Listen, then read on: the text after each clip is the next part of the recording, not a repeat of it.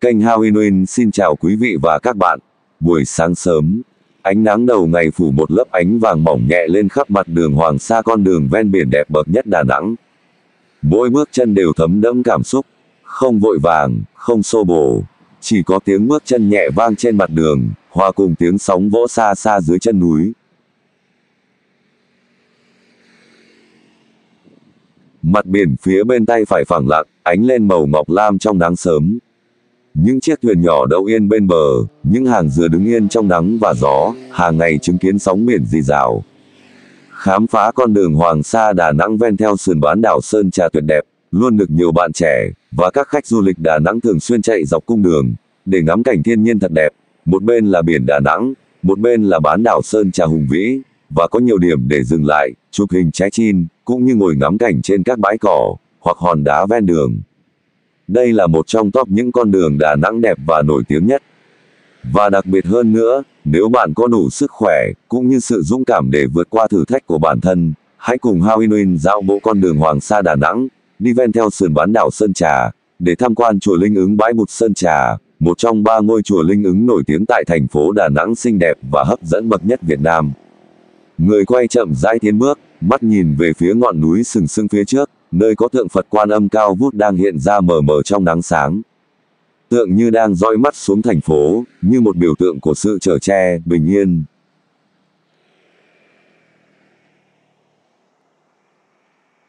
Tại ngã ba giao giữa Hoàng Sa và Lê Văn Lương, người quay bắt đầu hành trình dạo bộ của mình.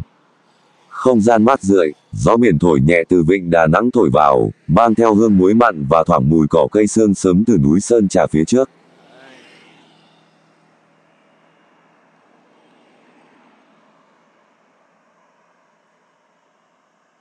Người quay dừng lại một chút tại lề đường, nơi có thể ngắm trọn khung cảnh giao thoa giữa biển và núi.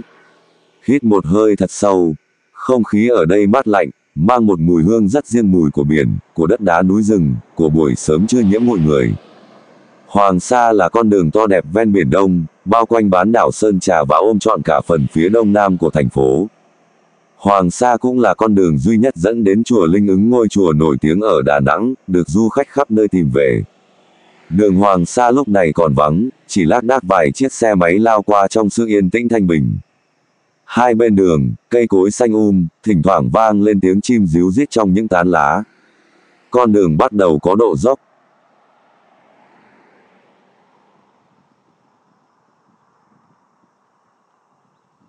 Người quay tiếp tục bước, lòng rộn ràng như đang dấn thân vào một miền tĩnh tại giữa lòng thành phố năng động.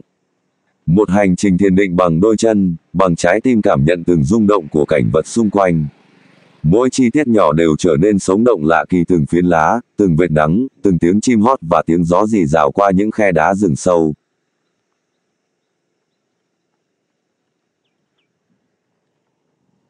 Xa xa, thấp thoáng tượng Phật trắng khổng lồ ở chùa Linh Ứng Bái Bụt dần hiện ra.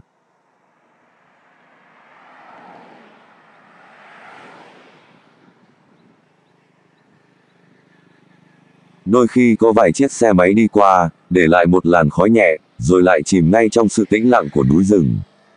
Hai bên đường được phủ kín bởi sắc xanh nguyên sinh, những hàng cây cao vút, những tán lá đan xen tạo thành mái vòm tự nhiên. Ánh nắng xuyên qua kẽ lá, đổ xuống mặt đường những vệt sáng loang lổ, đẹp như những bức tranh ánh sáng chuyển động. Tiếng chim rừng vang lên dày đặc hơn, có cả tiếng vượn hú vọng lại từ phía rừng sâu. Không khí trong lành đến mức cảm tưởng như đang hít vào từng lớp sương mỏng còn đọng lại giữa không gian. Người quay chậm rãi đi men theo lề đường, mắt luôn hướng về phía rừng, một không gian bao la, lấp lánh trong ánh nắng đầu ngày.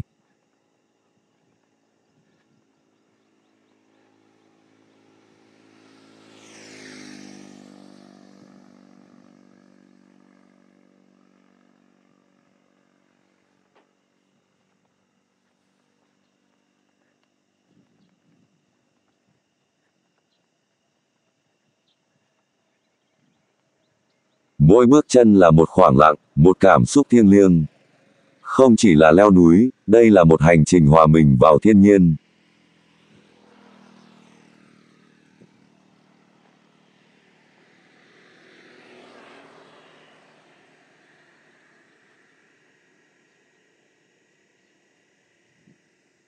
Con đường bắt đầu uốn lượn theo triển núi, những khúc cua nhẹ hiện ra như đường viền lượn sóng chạy theo chân rừng sơn trà.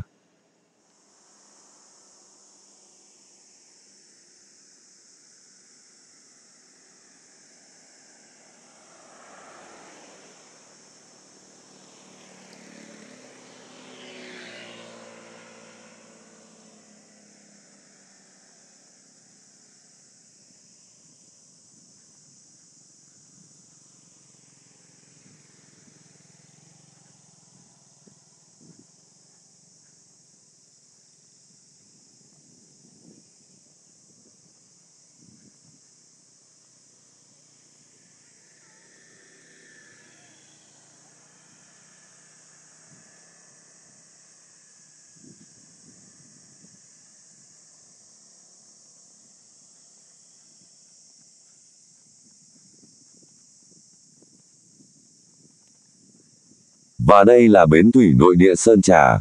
Việc đưa tuyến du lịch đường thủy tại bán đảo Sơn Trà đi vào hoạt động góp phần tạo ra những sản phẩm du lịch mới, hấp dẫn phục vụ nhu cầu của du khách. Tại đây, người dân và du khách sẽ được trải nghiệm không khí trong lành của vùng biển ven chân bán đảo Sơn Trà, ngắm nhìn cảnh quan rừng núi, vãn cảnh thành phố từ biển. Đến đây, con đường có độ dốc cao hơn và góc cua nguy hiểm hơn. Ở đây, người ta có đặt một gương cầu lồi để đảm bảo giao thông.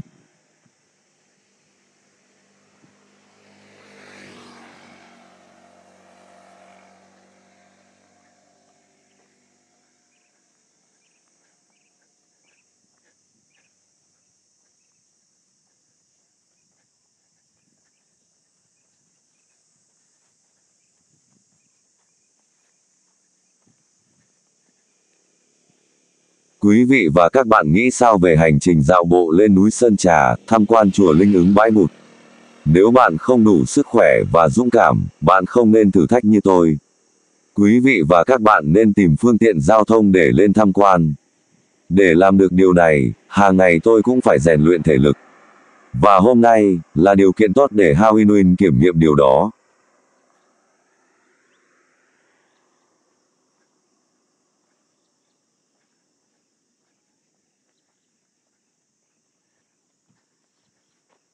Mỗi bước chân là một khoảng lặng, một cảm xúc thiêng liêng. Không chỉ là leo núi, đây là một hành trình hòa mình vào thiên nhiên. Không còn âm thanh thành phố, chỉ còn âm thanh thiên nhiên dẫn đường. Cảm giác như thời gian đang chậm lại. Mỗi khung hình hiện ra đều mang một vẻ trầm mặc, cổ kính, như thể đang đi lạc vào một miền cổ tích của núi rừng miền Trung.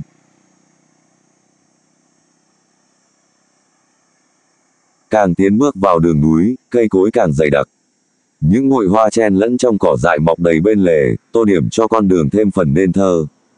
Phía trên bầu trời, rất nhiều người đang bay dù lượn tại bán đảo Sơn Trà.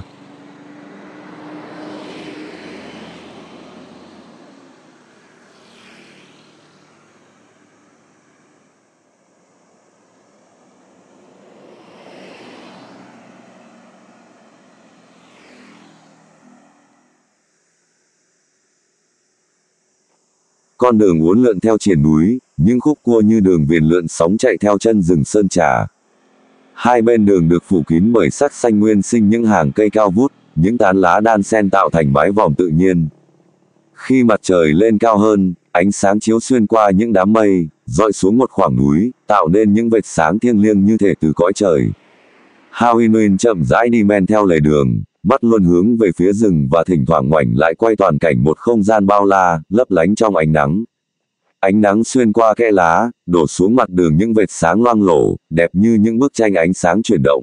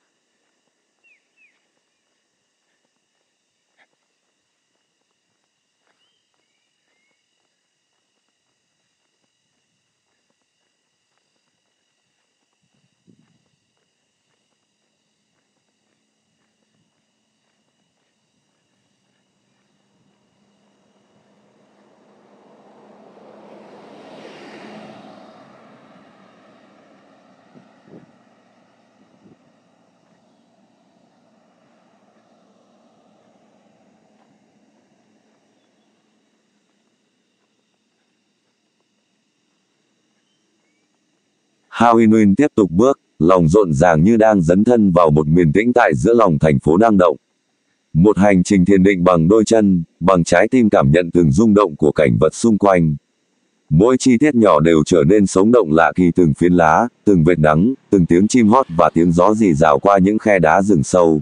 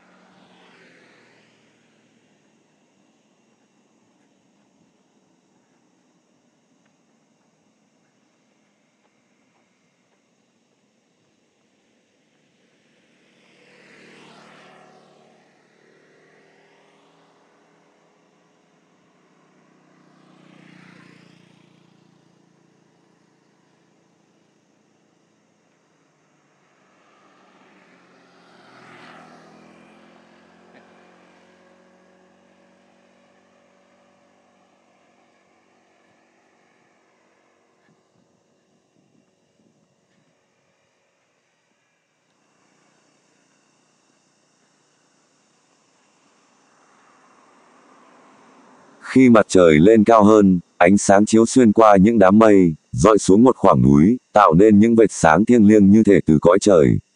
Bức tượng Phật Quan Âm khổng lồ vươn cao giữa trời hiện ra, như một cột mốc tinh thần giữa thiên nhiên hùng vĩ. Đường Hoàng Sa như dải lụa mềm, được bao bọc bởi dãy núi đá sừng sững và bờ biển hiền hòa xanh thẳm quanh năm. Từ độ cao của con đường ven biển tuyệt đẹp này có thể chiêm ngưỡng trọn vẹn cảnh vật thu nhỏ của thành phố sông Hàn thơ mộng. Một khung cảnh rất là đẹp và nên thơ. Nếu bạn đi cùng với người thương, bạn sẽ thấy đây sẽ là khoảng thời gian lãng mạn và là kỷ niệm khó quên trong cuộc đời. Hôm nay, hành trình trải nghiệm của ông chú Hào Nguyen, dù ở độ tuổi U40 nhưng vẫn mãi mộng mơ ở hành trình tuổi 20. Và sẽ vẫn mãi viết tiếp câu chuyện, mãi mãi tuổi 20, để quý vị và các bạn cảm nhận được cái vẻ đẹp nên thơ mà mẹ thiên nhiên đã ban tặng.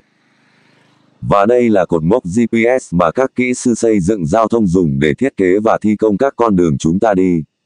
Các kỹ sư cầu đường luôn phải vất vả đi khai sáng mở đường, hành trình của họ còn vất vả hơn cả những gì Hào Nguyen đang trải nghiệm, nhưng họ vẫn luôn lạc quan và hết mình vì công việc.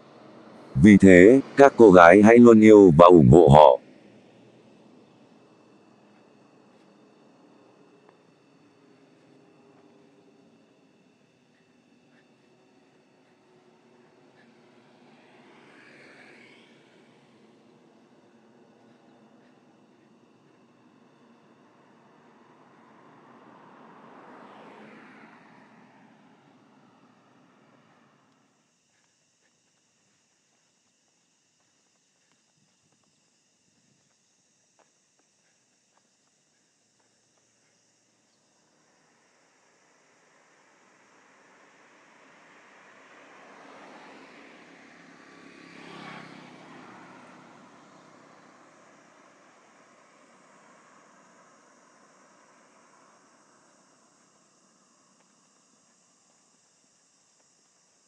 Hành trình của Hào Nguyen vẫn tiếp tục, dù nắng trở nên gắt hơn.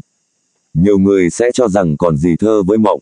Cứ bình tĩnh, vì núi Sơn Trà là một bức tranh chuyển động sống động, lấp lánh ánh sáng và tiềm ẩn một vẻ đẹp, chỉ hiện ra khi bạn đủ kiên nhẫn để nhìn thật kỹ. Hào Nguyen, ông chú U40, với tâm hồn mộng mơ và da hơi sạm nhẹ, vẫn tiếp tục dạo bộ leo núi, theo cung đường Hoàng Sa, để đến chùa Linh Ứng bãi bụt như một kẻ mộng mị đi tìm chút thi vị trong giữa nắng chói chang. Đường Hoàng Sa như dải lụa mềm, được bao bọc bởi dãy núi đá sừng sững và bờ biển hiền hòa xanh thẳm quanh năm. Từ độ cao của con đường ven biển tuyệt đẹp này có thể chiêm ngưỡng trọn vẹn cảnh vật thu nhỏ của thành phố Đà Nẵng thơ mộng. Càng lên cao trên cung đường Hoàng Sa, du khách có thể ngắm toàn cảnh hơn về thành phố biển Đà Nẵng thơ mộng. Và đây cũng là địa điểm chụp hình check-in nổi tiếng khi bạn đến với Đà Nẵng.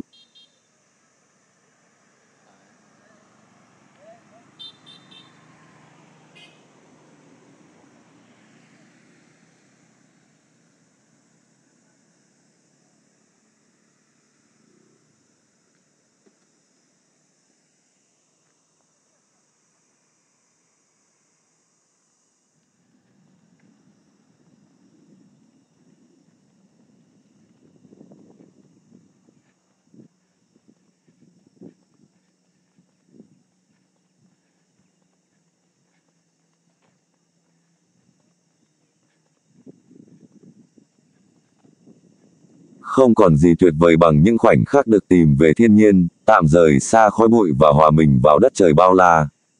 Mùa hè với nắng vàng chan hòa và bầu trời cao rộng, chính là khoảng thời gian lý tưởng để rời xa nhịp sống hối hả, để đôi chân ta được tự do bước giữa đất trời rộng mở.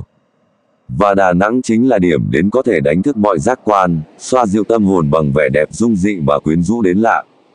Với diện tích trải rộng lên đến 3.439 ha, bán đảo Sơn Trà được ví như lá phổi xanh khổng lồ của thành phố biển Đà Nẵng.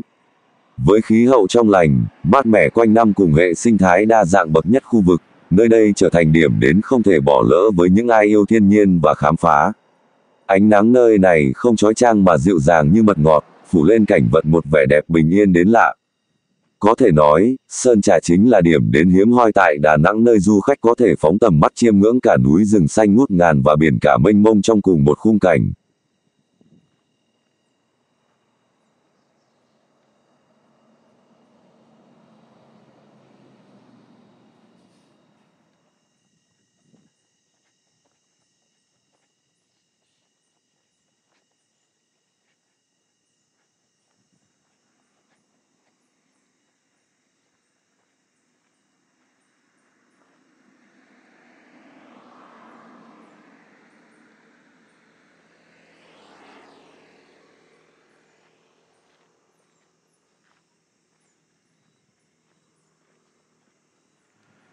Chùa Linh Ứng đang dần hiện ra, một không gian trang nghiêm đang chờ phía trước, mở ra một chương mới của hành trình.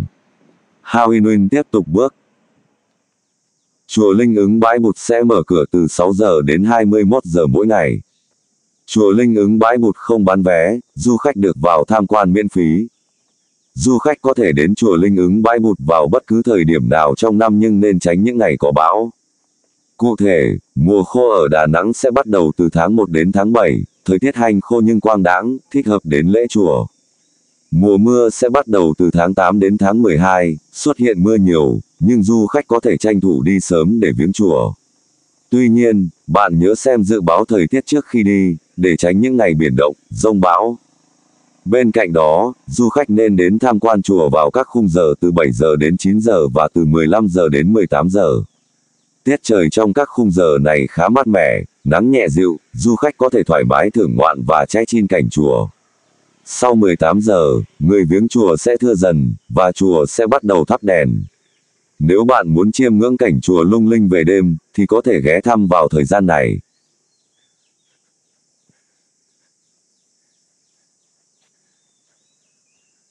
Đà Nẵng hiện nay có 3 ngôi chùa mang tên chùa Linh Ứng. Chùa Linh Ứng Đà Nẵng được xem là chốn linh thiêng bậc nhất tại đây, là nơi mọi người có thể đến và cầu nguyện cho một cuộc sống yên bình, hạnh phúc. Chùa Linh Ứng Đà Nẵng là điểm du lịch tâm linh rất nổi tiếng tại Đà Nẵng.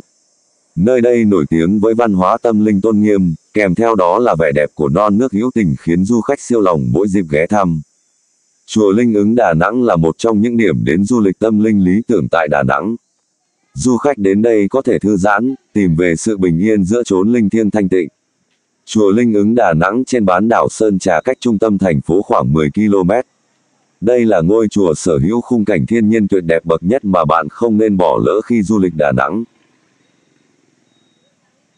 Phía trước là cổng tam quan uy nghi của chùa Linh Ứng.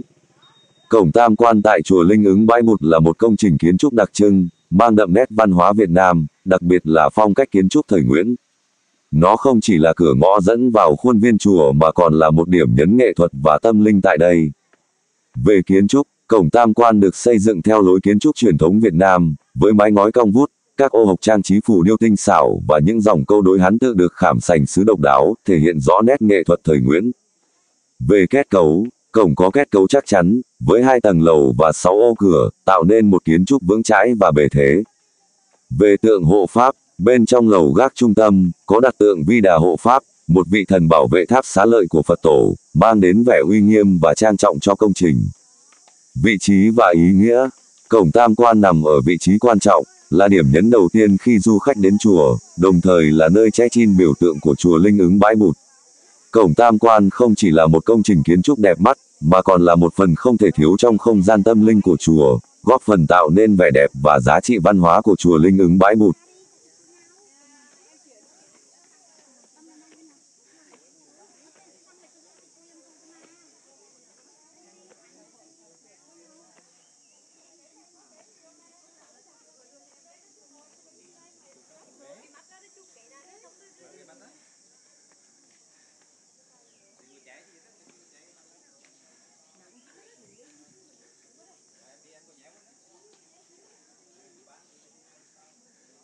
Bước qua cổng, một không gian rộng mở hiện ra, trải dài từ chân tượng Phật đến mép chùa sát biển.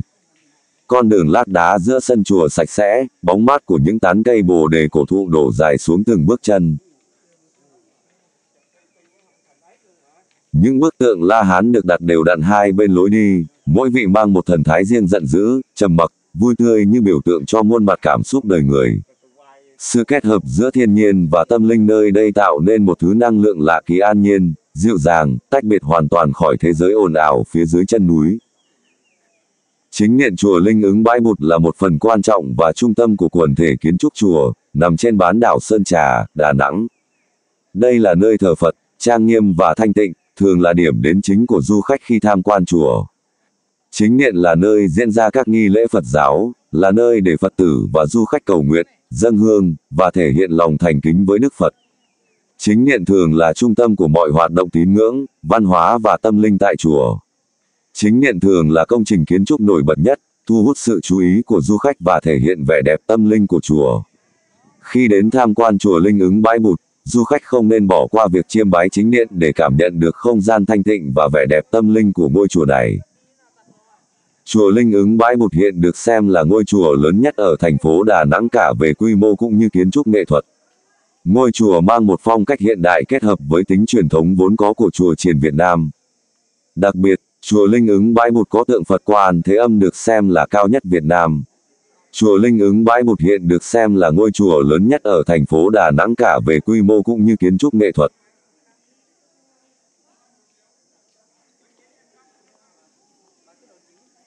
Ngôi chùa mang một phong cách hiện đại kết hợp với tính truyền thống vốn có của chùa chiền Việt Nam, với mái ngói uốn cong có hình rồng, những trụ cột vững chắc được bao quanh bởi những con rồng uốn lượn rất tinh xảo.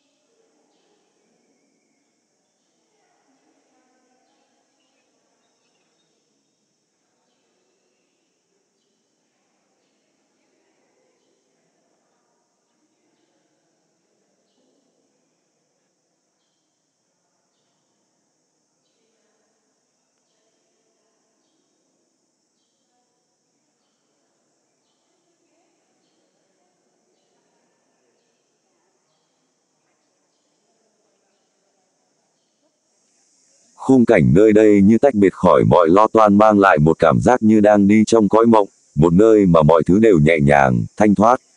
Chùa không chỉ là nơi lễ bái mà còn là nơi để con người tìm lại chính mình thông qua sự tĩnh lặng, qua thiên nhiên và kiến trúc đầy tính biểu tượng.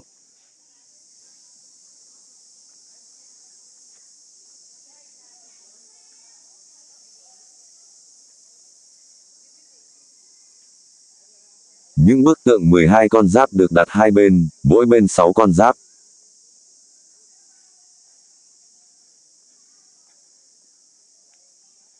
Chùa Linh Ứng tọa lạc tại khu vực Bãi Bụt, nên được gọi là chùa Linh Ứng Bãi Bụt. Chùa do Cố Hòa Thượng Thích Thiện Nguyện khai sơn, nằm trên một địa hình vững chãi, lưng tựa vào núi, mặt hướng ra biển, mang vẻ đẹp thiên nhiên độc đáo, được xem là ngôi chùa đẹp nhất, lớn nhất và trẻ nhất trong 3 ngôi, Linh Ứng Tự, ở Đà Nẵng. Tương truyền, vào thời vua Minh Mạng triều Nguyễn, một buổi sáng tinh sương, dân chài ven biển nơi đây tình cờ phát hiện một tượng Phật nhô lên khỏi mặt cát, bèn nghinh rước về lập am thờ phụng và đặt tên cho vùng này là Bãi Bụt Phật. Từ đó, nơi này sóng yên biển lặng, dân chài làm ăn yên ổn. Chùa được khởi công xây dựng ngày 4 tháng 7 năm 2004 nhằm ngày 19 tháng 6 năm Giáp Thân, và khánh thành vào ngày 30 tháng 7 năm 2010 nhằm ngày 19 tháng 6 năm Canh Dần. Quần thể chùa nằm trên diện tích khoảng 20 ha, bao gồm các hạng mục như chánh điện hậu tổ, tăng xá, giảng đường, nhà khách, phương trượng, thư viện, thánh tượng Bồ Tát Quan Thế Âm, tháp thờ Xá Lợi, tượng Phật Niết Bàn và các hạng mục nhỏ như vườn Lâm Tỷ Ni, vườn Lộc Uyển.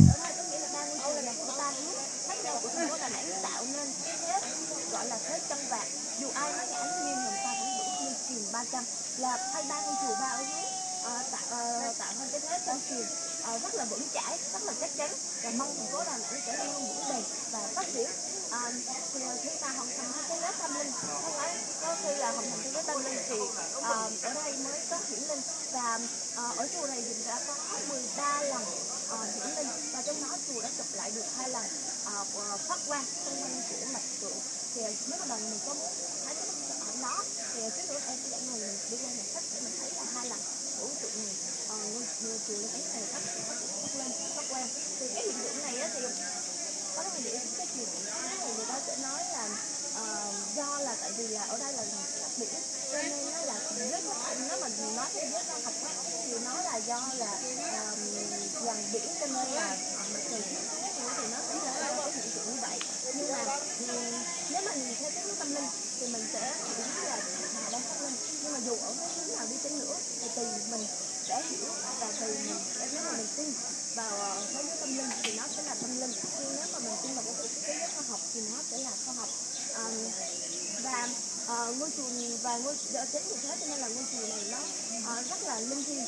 Linh ở đây có nghĩa là linh thiêng, và ứng ở đây là ứng nghiệm, cho nên là nhiều người người ta đi lên chùa Linh Ứng thì người ta sẽ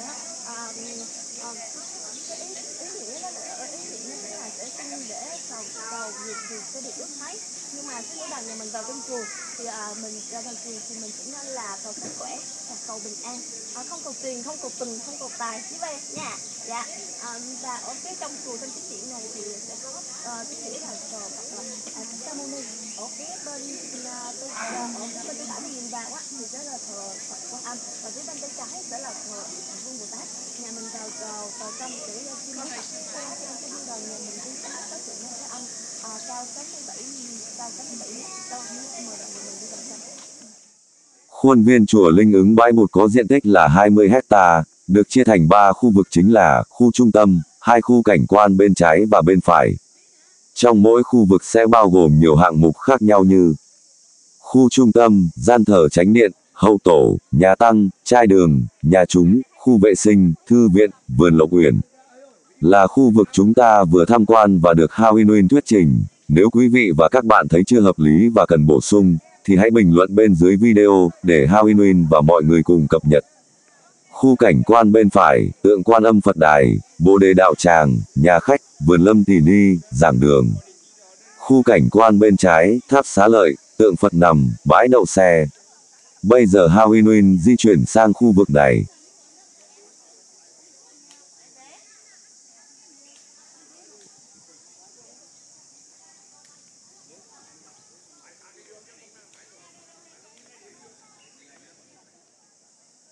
Tháp Xá Lợi tọa lạc ở phía bên trái khu chánh điện, là công trình độc đáo bao gồm 9 tầng, đại diện cho 9 bậc tu hành trong Phật giáo.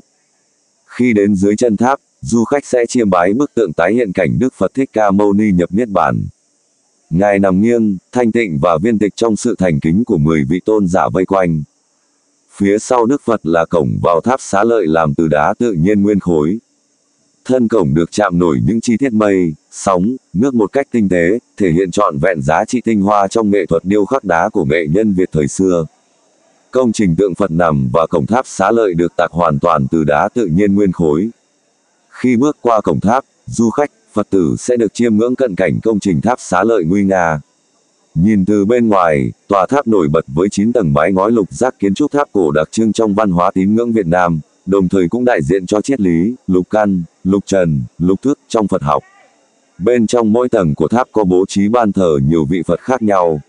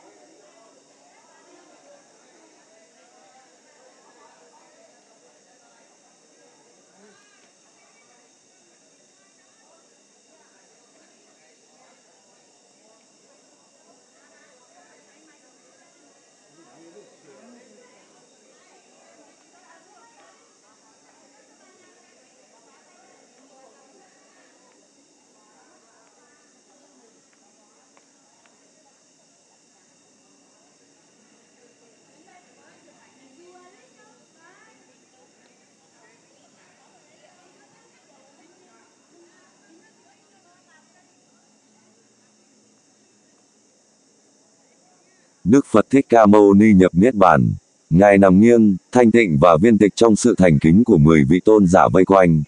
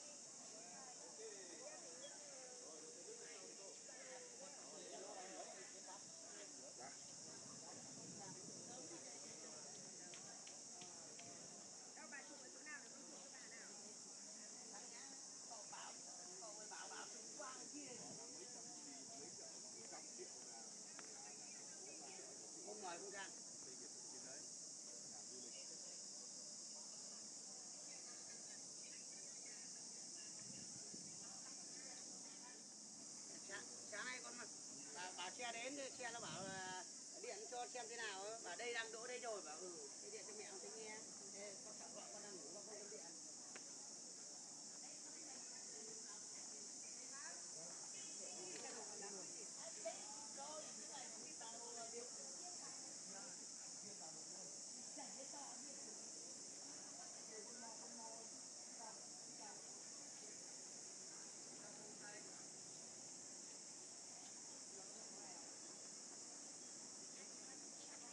Còn bây giờ, xin mời quý vị và các bạn cùng Hao Hin trở lại khu vực trung tâm của chùa Linh Ứng, để sang khu vực khu cảnh quan bên phải có tượng Quan Âm Phật Đài. Theo lời kể của các vị chư tăng trong chùa Linh Ứng Bãi Bụt và cư dân địa phương, đã có tới 13 lần họ được chứng kiến khung cảnh tượng Bồ Tát Quan Thế Âm tỏa ánh hào quang. Cụ thể, theo các vị Phật tử thường đến lễ chùa, vào tháng 8 năm 2008, khi tháo bỏ giàn giáo xung quanh tượng để kiểm tra lần cuối thì bất ngờ có một vầng hào quang xuất hiện ngay trên đầu bức tượng, kéo dài suốt 1 tiếng đồng hồ khiến ai cũng ngỡ ngàng, thảng thốt. Sau đó, vầng hào quang cũng tiếp tục xuất hiện trong nhiều sự kiện trọng đại khác như lễ Phật đản năm 2009 xuất hiện trên tượng Thích Ca Mâu Ni và tượng Quan Thế Âm, lễ vía Quan Âm, lễ Vu Lan. Đặc biệt là sự kiện huyền diệu vào lúc 17 giờ 30 ngày 25 tháng 8 năm 2013, một cầu vồng kép 5 màu rực rỡ xuất hiện sau cơn mưa rào nối liền chùa Linh Ứng Bãi Bụt với chùa Linh Ứng Ngũ Hành Sơn. Tổng cộng số lần xuất hiện của hào quang tính đến hiện tại là 13 lần. Sự kiện linh thiêng này được người dân truyền miệng mạnh mẽ, họ cho rằng đây là biểu hiện của việc Đức Phật giáng trần xuống nhân gian, chứng giám cho lòng thành tâm của cư dân nơi đây.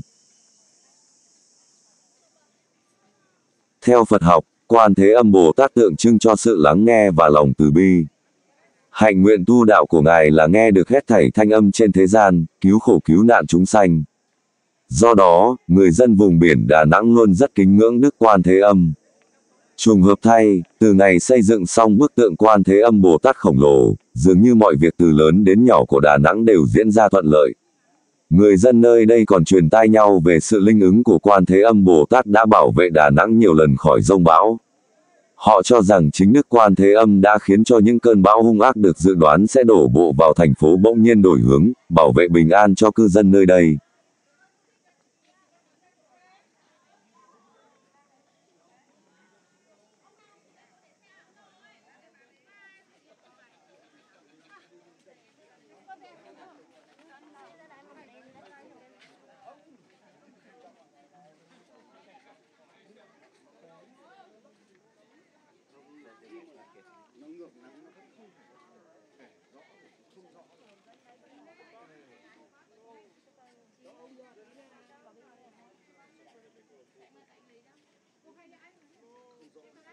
Đi ra Hùng á, đi ra đây ngồi đi.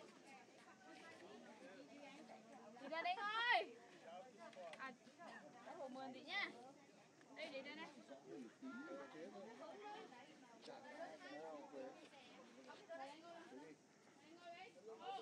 Không gian mở rộng ra khiến tầm nhìn choáng ngợp. Cả thành phố Đà Nẵng như trải dài dưới chân. Nơi đây có tầm view mà dân kinh doanh, họ gọi là view tỷ đô. Quý vị và các bạn nghĩ sao? Hãy để lại bình luận bên dưới cho Hao Hin biết.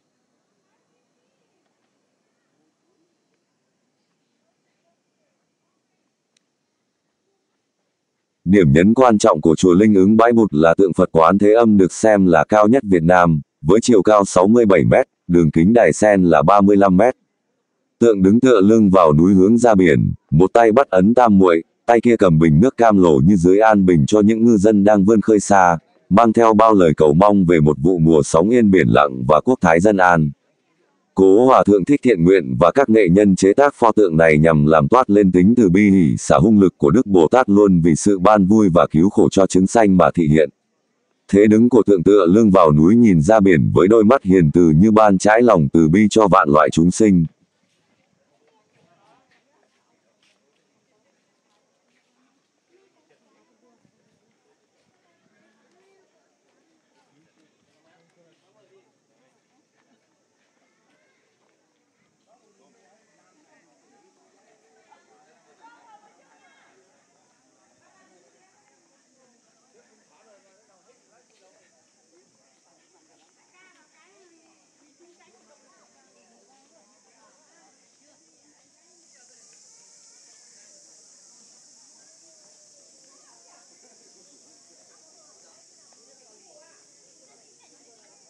Như vậy, hành trình vượt qua bản thân, dạo bộ leo núi Sơn Trà, theo cung đường Hoàng Sa, tham quan chùa Linh Ứng Bãi Bụt đến đây là kết thúc.